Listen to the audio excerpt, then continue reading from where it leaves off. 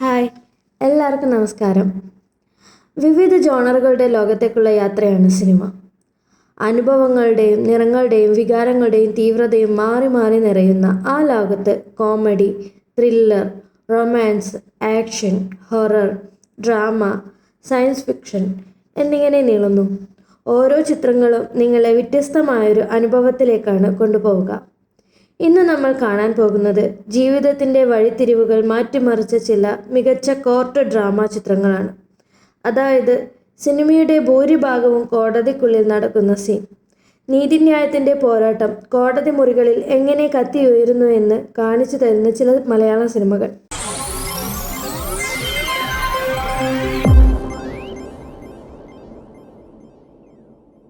തരുൺ മൂർത്തി തിരക്കഥ എഴുതി സംവിധാനം ചെയ്ത സിനിമയാണ് സൗദി വെള്ളക്ക. ചെറിയ പ്രായത്തിൽ നടന്ന സംഭവത്തിൻ്റെ അടിസ്ഥാനത്തിൽ കേസാവുകയും അതിൻ്റെ സത്യവും നീതിയും കിട്ടാൻ വർഷങ്ങളോളം കാത്തുനിൽക്കുകയും ചെയ്യുന്നതാണ് ഈ സിനിമയിലെ പ്രമേയം. ലുക്മാൻ അവറാൻ, ബിനു പപ്പു, ധന്യ അനന്യ, സുജിത് ശങ്കർ ഇവരൊക്കെയാണ് ഈ സിനിമയിലെ പ്രധാന കഥാപാത്രങ്ങൾ. മലയാളത്തിലെ ബെസ്റ്റ് ഫ്യൂച്ചർ ഫിലിമിനുള്ള നാഷണൽ ഫിലിം അവാർഡ് കിട്ടിയ ഒരു സിനിമ കൂടിയാണ് സൗദി വെള്ളക്ക. വിഷ്ണുജി രാഘവ് തിരക്കഥ എഴുതി സംവിധാനം ചെയ്ത് 2022 പുറത്തിറങ്ങിയ ഒരു കോർട്ട് ഡ്രാമ ചിത്രമാണ് വാശി. രണ്ട് വക്കീൽ തമ്മിലുള്ള പ്രണയവും അവരുടെ വിവാഹവും, അവർ തന്നെ ഒരേ കേസിൻ്റെ പ്രതിഭാഗവും വാദ്യഭാഗവും വാദിക്കുന്നതുമാണ് ഈ സിനിമയിലെ പ്രമേയം. ടൊവിനോ തോമസ്, കീർത്തി സുരേഷ്, ജി സുരേഷ് കുമാർ ഇവരൊക്കെയാണ് ഈ സിനിമയിലെ പ്രധാന കഥാപാത്രങ്ങൾ. വളരെ മികച്ച രീതിയിൽ തന്നെ എടുത്തതാണ് ഈ സിനിമ. ഷാരിസ് മുഹമ്മദിൻ്റെ തിരക്കഥയിൽ ദിജോ ജോസ് ആൻ്റണി സംവിധാനം ചെയ്ത് 2022 പുറത്തിറങ്ങിയ ചിത്രമാണ് ജനഗണമന. തുടക്കം തൊട്ട് അവസാനം വരെയും പ്രേക്ഷകരെ ത്രില്ലടിപ്പിക്കുന്നതും മുൾമുനയിൽ നിർത്തുന്നതുമായ ഒരു അടിപൊളി സിനിമ തന്നെയാണ്.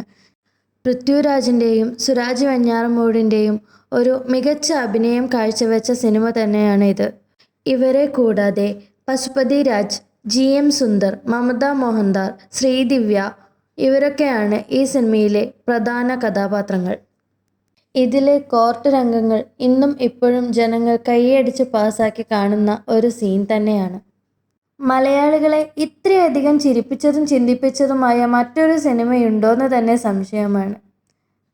വളരെ സീരിയസ് ആയി നിൽക്കുന്ന സമയത്ത് ഇത്രയധികം ചിരിപ്പിച്ച ഒരു ജഡ്ജിയും അതുപോലെ തന്നെ ഇത്രയധികം ചിരിപ്പിച്ച മറ്റൊരു വക്കീലുമാരും വേറെ ഉണ്ടാവുമെന്ന് സംശയം തന്നെയാണ്.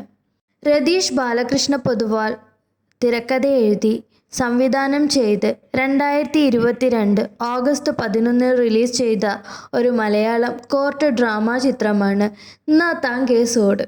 എന്നും ചോക്ലേറ്റ് ഹീറോ ആയി ജനമനസ്സുകളിൽ ഇടം പിടിച്ച ഒരു നടനാണ് നമ്മുടെ കുഞ്ചാക്കോ ബോബൻ. അദ്ദേഹത്തിൻ്റെ മികച്ച ഒരു അഭിനയം തന്നെയും അതുപോലെ നമ്മൾ ഒരിക്കലും കാണാത്ത രീതിയിലുള്ളൊരു അഭിനയമാണ് ഈ സിനിമയിൽ അദ്ദേഹം കാഴ്ചവെച്ചിരിക്കുന്നത്. ഗായത്രി ശങ്കറാണ് ഈ സിനിമയിലെ നടി. ഒരു റിട്ടയർഡ് കള്ളൻ കോടതിയിലെത്തുന്നതും അതിനെ ചുറ്റിപ്പറ്റി നടക്കുന്നതുമായ കുറേ രസകരമായ സംഭവ വികാസങ്ങളാണ് ഈ സിനിമ. ഈ സിനിമയിലെ പാട്ടും വളരെ ഹിറ്റാണ്. നാ താൻ കേസോട് സിനിമയുടെ നേരെ ഓപ്പോസിറ്റായിട്ട് വരും നമ്മുടെ ജിത്തു ജോസഫും ശാന്തി മായാദേവിയും തിരക്കഥ എഴുതി സംവിധാനം ചെയ്ത നേര് എന്ന സിനിമ. മോഹൻലാൽ, അനശ്വര രാജൻ, പ്രിയാമണി, സിദ്ദിഖ് ഇവരൊക്കെയാണ് ഈ സിനിമയിലെ പ്രധാന കഥാപാത്രം. 2023 ഡിസംബർ 21 ഈ സിനിമ റിലീസായിരിക്കുന്നത്. കണ്ണു കാണാൻ പറ്റാത്ത നായികയെ ബലാത്കാരം ചെയ്യുന്നതും അവൾ നീതിക്ക് വേണ്ടി പോരാടുകയും ചെയ്യുന്നതുമാണ് ഈ സിനിമയുടെ പ്രമേയം. ഈ സിനിമയുടെ തുടക്കം തൊട്ട് അവസാനം വരെ ഓരോ സീനിലും ത്രില്ലടിപ്പിക്കുന്നതുമായ ഒരു സ്റ്റോറി ലൈൻ തന്നെയാണ് ഈ സിനിമയ്ക്കുള്ളത്. അപ്പോൾ ഇതൊക്കെയാണ് മലയാളത്തിലെ 5 കോർട്ട് ഡ്രാമ ചിത്രങ്ങൾ. ഇതിൽ നിങ്ങൾക്ക് ഏറ്റവും കൂടുതൽ ഇഷ്ടമായ ചിത്രം ഏതാണ്? ഇനി ഇതിൽ പെടാത്ത ചിത്രം നിങ്ങൾക്കറിയാവുന്നത് ഏതൊക്കെയാണെന്ന് കമൻറ്റ് ചെയ്യൂ.